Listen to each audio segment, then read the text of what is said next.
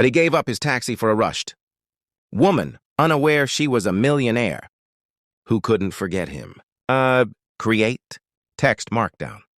Kindness, Doc's taxi story. He gave up his taxi for a rushed woman. There are moments in life when a single act of kindness can shatter everything you thought you knew about humanity, when a stranger's selflessness reaches into the deepest part of your soul and reminds you that goodness still exists in this chaotic world. This is the story of one such moment, a moment that began with rain-soaked streets, a desperate woman and a man who had every reason to look away but chose, instead, to see her. Marcus Webb had been driving for 18 hours straight, his third double shift that week. His back ached, his eyes burned, and the coffee he'd been mainlining since dawn had long stopped working its magic. But the bills didn't care about exhaustion. His daughter's medical expenses didn't pause for tired bones, and the stack of past-due notices on his kitchen table certainly wouldn't pay themselves. So Marcus kept driving, kept searching for fares, kept pushing through the bone-deep weariness that had become his constant companion. The rain started just after midnight, transforming Manhattan's streets into rivers of neon and shadow. Marcus watched the sidewalks empty as people ducked into doorways and bars, anywhere to escape the downpour. He was about to call it quits, to finally head home to his empty apartment and his waiting bed, when he spotted the woman. She stood on the corner of 5th Avenue and 42nd Street, one arm raised desperately for a taxi that wasn't coming. Her designer suit was drenched, her carefully styled hair plastered to her face, and even from half a block away, Marcus could see the panic in her movements. She kept checking her watch, her phone, spinning in frantic circles as if a cab might materialize from sheer force of will. Marcus slowed his taxi, ready to pull over, when he noticed them, a young couple huddled under a nearby awning, the woman heavily pregnant, her face pale and strained. The man had his arm around her shoulders, his free hand also raised for a taxi, his expression tight with worry. For a moment, Marcus froze, caught between two desperate fares. His practical mind did the math instantly. The businesswoman looked like she could afford a generous tip. The young couple looked like they'd struggle to cover the base fare. It shouldn't have been a difficult decision, not for someone who'd been scraping by for as long as Marcus had. But then he saw the pregnant woman wince, her hand moving to her belly, and something inside him shifted. Marcus pulled up to the couple instead. "Where are you folks headed?" "Mount Sinai Hospital," the man said, his voice cracking. "Please, my wife. She's in labor, and we can't get anyone to stop." "Get in," Marcus said, already unlocking the doors. "Don't worry about the fare." As the couple scrambled into his cab, Marcus glanced back at the corner. The businesswoman was staring at him, not with anger, but with something that looked like disbelief. Their eyes met for just a second through the rain-streaked window. Then Marcus pulled away, leaving her standing in the downpour. He got the couple to Mount Sinai in record time, navigating the late-night traffic with the skill of someone who knew every shortcut, every hidden route through the city's concrete maze. When they arrived, the man tried to hand Marcus a crumpled $20 bill, probably all the cash he had.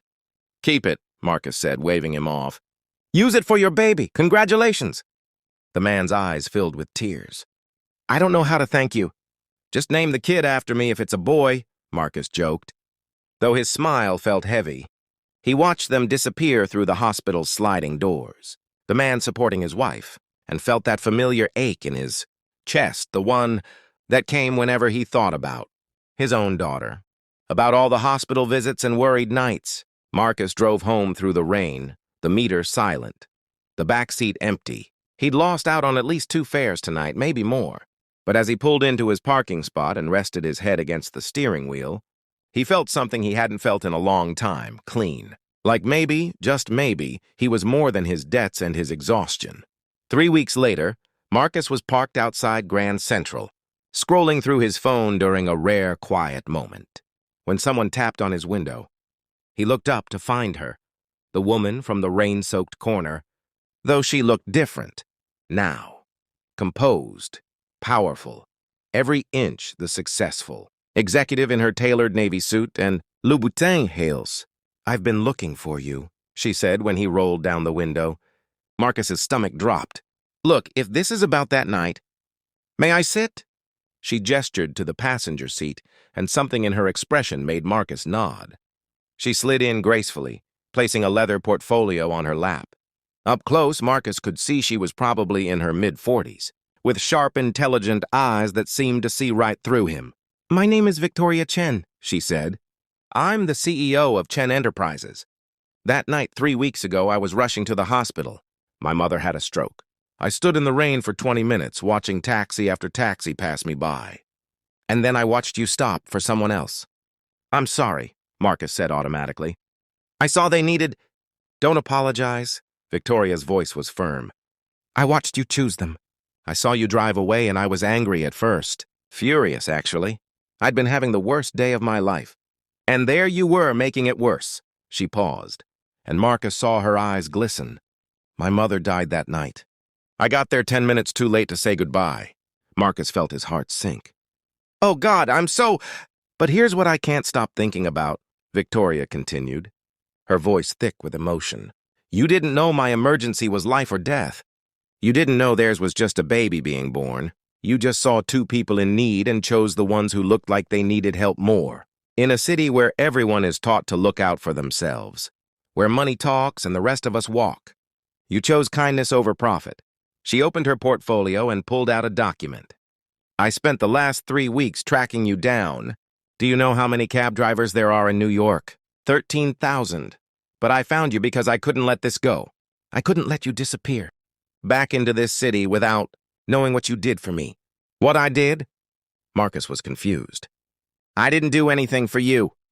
You reminded me why I started my company in the first place," Victoria said softly. 20 years ago, I was an immigrant with nothing, sleeping in my car, working 3 jobs. People looked through me like I was invisible. But a few people like you, they saw me. They helped me. And I built my business on a promise that if I ever made it, I'd never forget those people." She handed him the document. "This is a contract. My company is launching a new initiative, a foundation to support working families who are struggling, people who work multiple jobs, who sacrifice everything for their kids, who are one emergency away from losing it all. I want you to run it." Marcus stared at the paper, the words swimming before his eyes.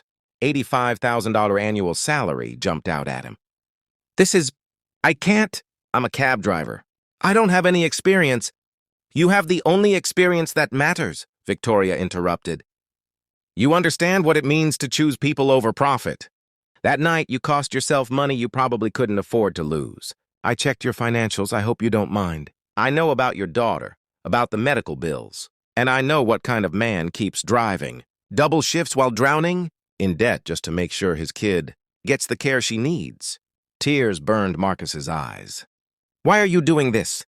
"Because my mother spent her last hour alone in a hospital room, and when I finally got there, the nurses told me she kept asking if I'd become the person she raised me to be. I couldn't answer that question honestly, not until I found you." Victoria's voice broke. "You gave up your fare that night. Let me give you something back. Not as payment, you can't pay someone for basic human decency, but as a promise that your kindness mattered, that it changed something." Marcus looked at the contract, then at his worn hands, then at the steering wheel of the taxi that had been his entire world for the past 5 years. "The couple, the ones I drove to the hospital, did they have their baby?" Victoria smiled. "A boy, 8 pounds, 3 ounces. I tracked them down, too. They named him Marcus." Something broke open inside. Marcus's chest, a dam he'd been holding together with duct tape and stubbornness. He thought about his daughter, about the life he'd been barely managing to provide, about the exhaustion and the fear and the endless grinding worry. And he thought about one rainy night when he'd made a choice that felt small at the time but had somehow changed everything. "I don't know what to say," he whispered. "Say yes," Victoria said simply. "Say yes, and let's build something that helps people like us. People who just need someone to stop the taxi and open the door." Marcus looked at her, this powerful woman who'd spent 3 weeks searching for a stranger who'd inconvenienced her, just to say thank you.